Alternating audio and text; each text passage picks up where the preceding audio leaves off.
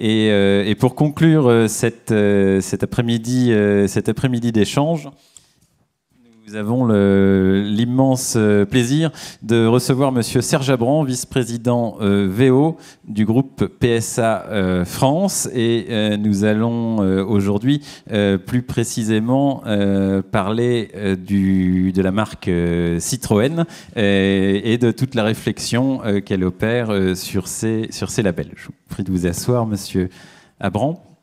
Bonjour à toutes et à tous.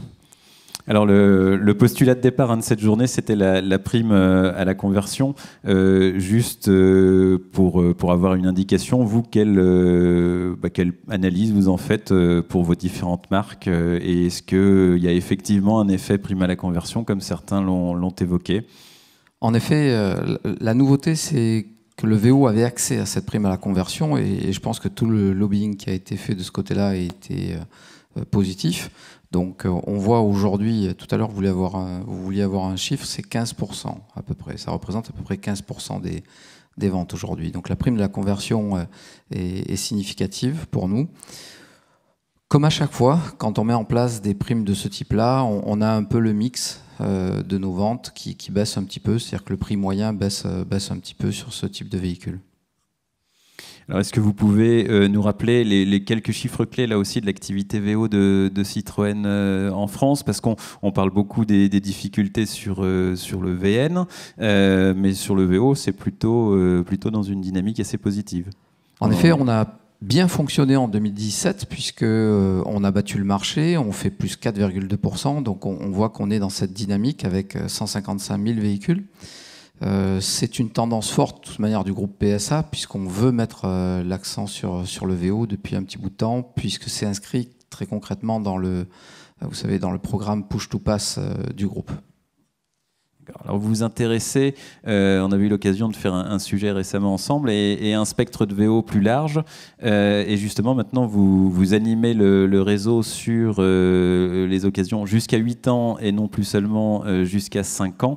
Alors, quelles raisons ont motivé ce choix qui est, en plus, c'est relativement significatif, c'est 3 années supplémentaires, c'est pas un ajustement à la marge? On s'est trop longtemps concentré justement sur les véhicules récents. Et le fait d'élargir la cible nous a permis de donner déjà une indication forte à tout notre réseau pour leur expliquer qu'on devait se concentrer sur différents types de véhicules et répondre à toutes les attentes de nos clients. Et c'est pour ça qu'aujourd'hui, c'était un signal fort qu'on envoyait dans notre réseau pour leur dire, voilà, notre nouvelle cible, c'est ça. D'accord. Et ça a été bien accueilli dans l'ensemble?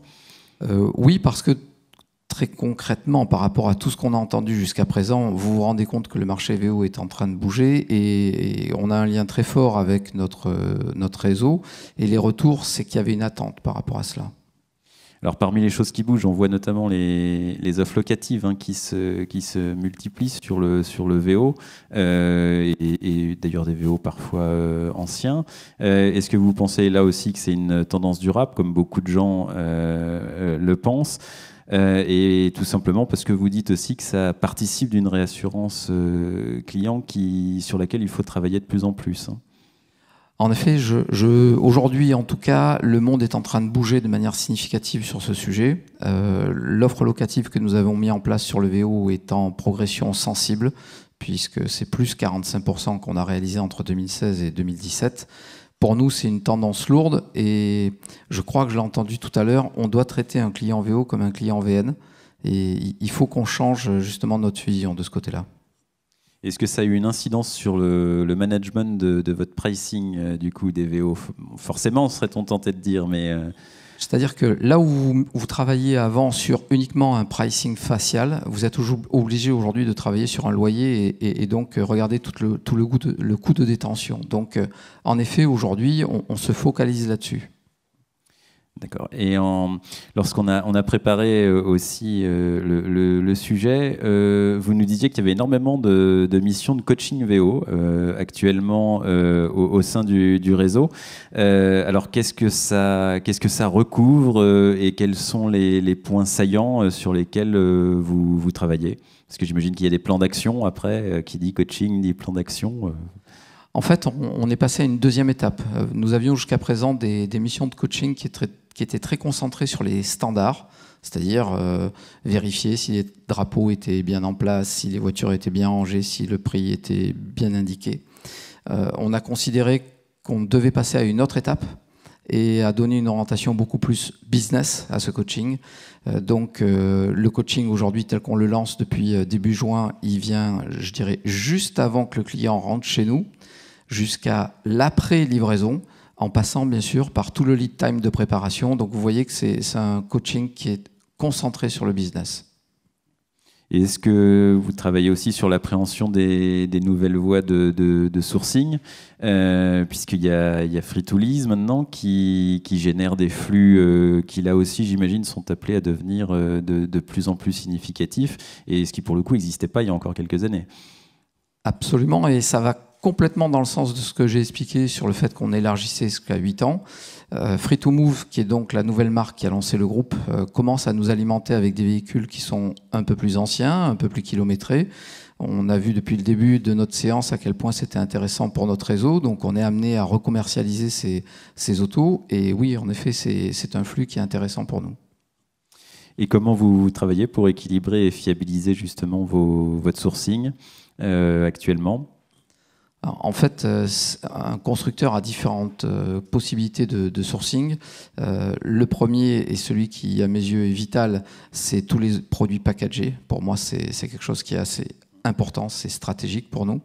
Le deuxième élément, c'est ce qu'on connaît tous, les courts termes, hein, c'est-à-dire la LCD, les TT. Ça fait partie des autos que l'on est amené à mettre sur la route. On a bien sûr derrière, parce que ça nous arrive de temps en temps, des rachats de parcs. Et bien évidemment, Free2Move, comme je vous l'ai expliqué, qui vient manager encore un élément complémentaire. Vous voyez qu'on professionnalise aussi la partie sourcing côté constructeur. Et par rapport au VO ancien, vous avez une forme d'allégorie. Alors, Éric Deluca a écrit 3 chevaux. Vous exposez la chose en parlant des 3 vies que vous devez assurer maintenant, vous, constructeur et son réseau à l'auto. Est-ce que vous pouvez nous détailler cette image ? C'est en fait assez simple. On considère qu'aujourd'hui, on doit vendre, et on a vu la tendance très forte sur le VN, et c'est ça qui nous a inspiré. On vend beaucoup de voitures, et c'est une attente du client en location, avec une reprise de la voiture à 2-3 ans. Cette auto, aujourd'hui, toute notre stratégie s'appuie pour à nouveau revendre la voiture en location, ce qui nous permet de récupérer des autos de 4 à 6 ans qu'on n'avait pas avant et qu'on n'a quasiment pas aujourd'hui, pour lui donner sa 3e vie. Et tout le réseau est embarqué dans ce processus. Et à la base de tout ça, il y a aussi un point qui vous est cher, parce qu'on sait que c'est difficile à mettre en œuvre et à homogénéiser dans un réseau, c'est la gestion des leads. Et là aussi, vous êtes un peu provocateur, puisque vous dites que 48 heures, grosso modo, avant, ça pouvait sans doute être acceptable. Mais aujourd'hui, si on se met à la place du consommateur et si on se projette sur notre vie de consommateur, 48 heures, c'est hérétique. Enfin, c'est perdre la vente, quoi. Quelque part, je vous dirais, qu'est-ce que vous attendez, vous, quand vous vous connectez sur un site pour acheter quelque chose ? Qu'est-ce que vous attendez dans la salle quand vous vous connectez, vous aussi, vous avez besoin d'une information ? À mes yeux, 48 heures, c'est out of business complètement. Une certaine norme, on va dire, du métier pourrait expliquer qu'avec 2 heures, on est dans le standard. Je pense qu'aujourd'hui, on est plutôt dans une réaction instantanée. La première étape, ce sont les chatbots, qui permet au client d'avoir la sensation tout de suite d'avoir une réponse. Mais pour moi, ce n'est qu'une étape. On est déjà en train de réfléchir, nous, de notre côté, avec certains de nos partenaires, à comment on pourrait aller encore plus vite. Parce que c'est pas que ça nous fasse plaisir, parce que c'est une énorme contrainte pour nous, vous l'imaginez, un constructeur, un réseau de distribution. Mais c'est ce qu'attend le client. Et alors avec ce champ de plus en plus large autour du VO, avec des VO aussi plus anciens, vous dites que finalement le réseau adhère. Et dans le même temps, vous dites que le plus gros chantier, c'est sans doute de changer l'état d'esprit, et vous employez bien le mot état d'esprit des conseillers commerciaux VO. Comment s'y prendre? Parce que apparemment, si c'est de l'état d'esprit, ça passe pas juste par du coaching, là. Ce qu'il faut qu'on ait tous en tête, c'est que ne pas bouger aujourd'hui tel que ça s'est passé. On a tous le traumatisme Kodak. Il ne faut pas qu'on aille dans ce schéma-là. Donc il faut qu'on puisse vraiment s'adapter. Et par conséquent, on a fait un énorme travail avec les groupements des concessionnaires sur ce sujet, en ayant une sorte de prise de conscience. Et ce qui est crucial aujourd'hui, c'est de se dire que nos investisseurs ont vraiment envie d'engager cette transformation. Il y a cette sensation qui est très forte chez eux. Ils veulent transformer le business VO. Et le fait qu'on ait tout le management dans les garages qui ont cette volonté de transformer, pour moi, c'est un élément crucial de notre réussite. Alors vous allez me dire, ok, mais les conseillers commerciaux, qu'est-ce que vous faites? On a inscrit un cursus de formation qui est relativement complet et qui, pour l'instant, donne de très très bons retours, qui montre que là où avant on expliquait un vendeur, un conseiller commercial, on ne l'envoie pas en formation, c'est trop compliqué, puis c'est le VO, donc il passera après les autres. Aujourd'hui, c'est presque l'inverse. Notre réseau est demandeur et attend ce genre de choses. D'accord. Et vous allez vous travaillez à la refonte de vos labels, y compris sur les petits prix. Cependant, vous dites qu'une refonte toute simple, un nouvel aménagement des prestations, une nouvelle présentation, même si bien sûr ça a son importance et qu'il y a des impératifs de rentabilité, ça suffit plus. Alors sans lever le voile sur ce que vous annoncerez en temps voulu, est-ce qu'on peut s'attendre à une rupture finalement dans la piste de travail que vous explorez? En fait, ce qu'on a fait, c'est on s'est mis à l'envers, c'est-à-dire que de ce qu'on peut faire habituellement. Habituellement, vous avez un constructeur qui réfléchit par rapport à ses contraintes. Et là, on a réuni notre groupement, nos groupements de concessionnaires, puisqu'on représente plusieurs marques. Et on s'est associé aussi à la business unit VO PSA. Vous savez qu'il existe une business unit avec une volonté forte d'avoir une autre vision sur l'activité. Et on s'est positionné avec le prisme client. Ça, c'est au lieu de dire quel est notre problème, on s'est dit qu'est-ce qu'ils attendent. Ça, c'était le premier point. Ça vous permet de changer un petit peu votre vision. Deuxième élément très important, on a regardé ce qui se passait sur les autres marchés.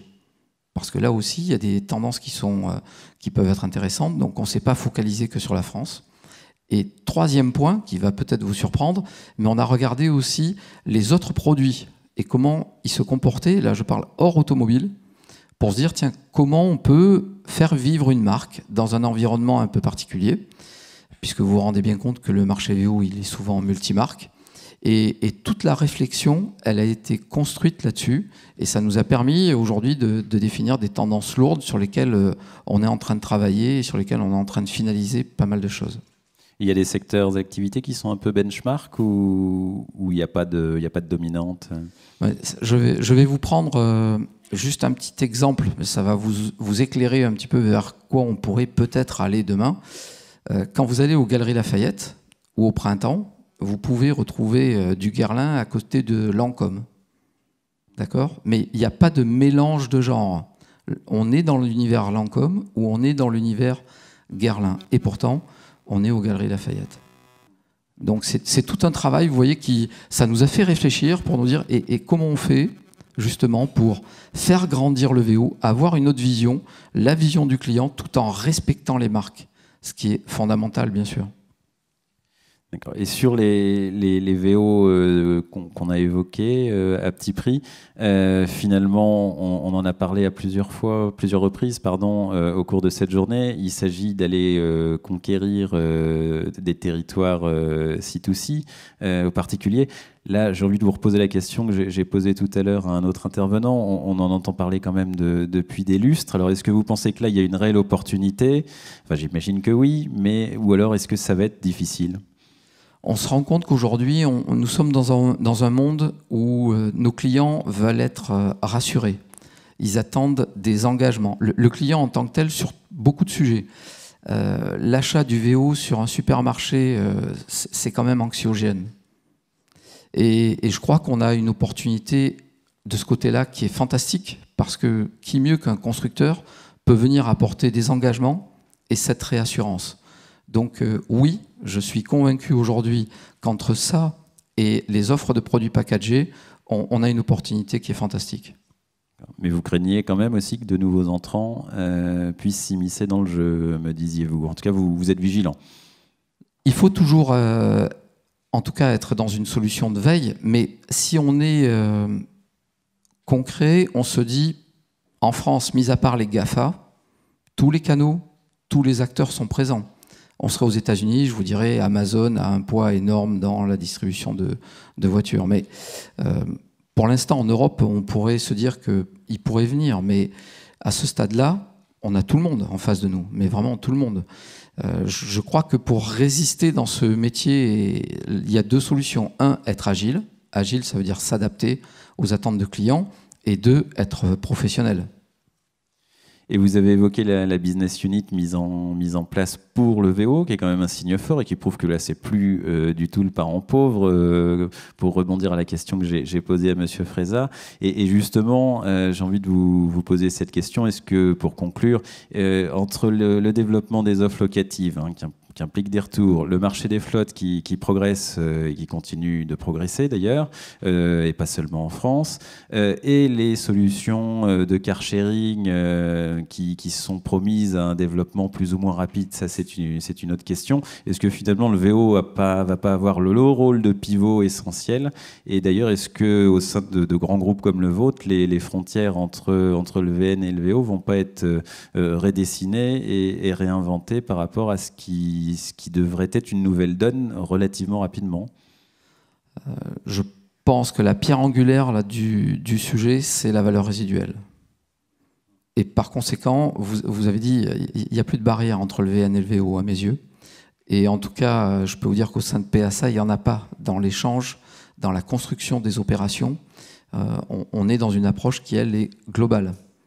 Et oui, la performance d'un constructeur passera par sa performance en termes de valeur résiduelle, parce que la valeur résiduelle vous permet d'accéder à des offres packagées qui sont performantes. Et pour avoir des offres packagées qui sont performantes, il faudra que vous puissiez remarketer vos VO au bon prix. Merci beaucoup, Monsieur Abran. Merci à vous. Merci mille fois d'avoir accepté de venir nous rejoindre. Là encore, je vous donne rendez-vous dans quelques mois pour rentrer dans les précisions de ces labels qui seront dévoilés dans leurs plus grands détails. Et en tout cas, je vous remercie vraiment une nouvelle fois parce que je sais que votre emploi du temps est diablement exigeant, vous aussi, donc d'avoir réussi à vous libérer. Voilà, donc... Voilà, mais c'est le temps, j'avais presque oublié, moi j'étais prêt à continuer, mais non, le temps est venu de clôturer ce Club Argus. Alors je voudrais une nouvelle fois vous remercier tous pour votre fidélité, remercier naturellement l'ensemble des intervenants pour s'être rendus disponibles, parce qu'on sait que la période est particulièrement dense et les sollicitations sont multiples. Je remercie à nouveau, une nouvelle fois, l'ensemble de nos partenaires, à savoir Argus Digital, le Club Identicar, Opteven, Planète VO2, Viaxel, STVA et VP Auto. Et je remercie bien sûr l'ensemble des équipes de l'Argus pour leur concours, des experts, ALN, enfin énormément de gens qui se reconnaîtront et qui ont permis la réalisation de ce club. J'allais oublier Benoît que j'aperçois là-bas. Excuse-moi Benoît. Et tout en poursuivant, ou plutôt en achevant même ces remerciements, je vous donne rendez-vous pour le prochain Club Argus. Vous pouvez le cocher dans votre agenda. Il se tiendra le 15 novembre. Et je vous invite à rejoindre l'Espace Cocktail qui vous est réservé juste au sortir de cet amphithéâtre. Merci beaucoup à nouveau.